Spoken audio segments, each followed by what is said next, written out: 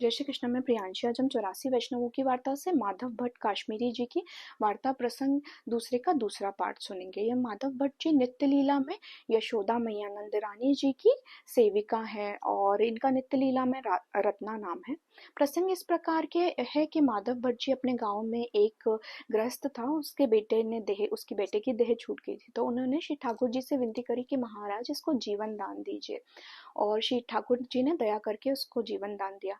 तब उनकी लौकिक में बड़ी प्रतिष्ठा होने लगी माधव भट्ट जी की। सब लोग सोचने लगे, वो गृहस्थ और सारे उनके जो पास में रहते थे लोग सोचने लगे, अरे ये माधव भट्ट जी तो बड़े ही महान हैं, ये तो बड़े भगवती हैं, इनके तो बोलने से ही मेरे बेटा जीवित हो गया।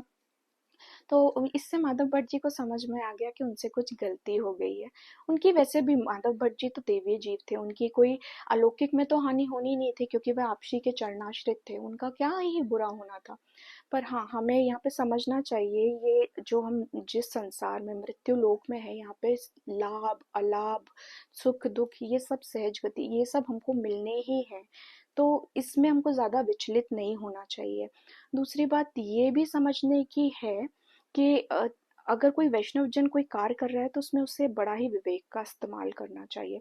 फिर माधव भट्ट जी को जब समझ में आया कि उनसे कुछ गलती हुई है, तब उन्हें अपने निज सेवा के ठाकुर जी लिए और आपशी के पास आड़ेल में आ गए।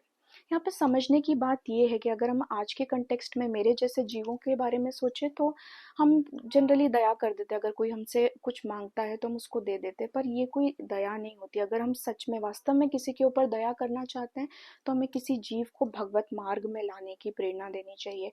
अगर कोई भी जीव भगवत चरण आश्रित होता है, श्री कृष्ण के आश्रित हो जाता है, तो वह अपना तो कल्याण करता ही करता है, अपने किस पुस्तें भी उसकी जो होती है वो तर जाती हैं, और जो उसके कांटेक्ट में आते हैं वे भी भगवत मार्ग पे, वो लोग भी भगवत मार्ग पे चलते हैं। तो ये है रियल एक्ट ऑफ काइंडनेस। अभी हम देखते हैं कि लोग कुछ दान करते हैं और उसका फोटो डालते हैं, अच्छी बात है, इस तरीके का दया करना भी शास्त्र विरुद्ध नहीं है। आप करो, इससे आप अपने आप के ऊपर ही दया कर रहे हो, आपके कुछ पुण्य कर्म बढ़ जाएंगे, आपके कुछ पाप कर्म घट जाएंगे, पर इससे किसी और का कोई उसको कुछ प्राप्ति नहीं होगी। अगर आप सच में किसी जीव के ऊपर दया करना चाहते हो तो उसे भगवत मार्ग पे चलने की प्रेरणा दो। जय श्री कृष्ण। श्री वल्लभाधीश की जय।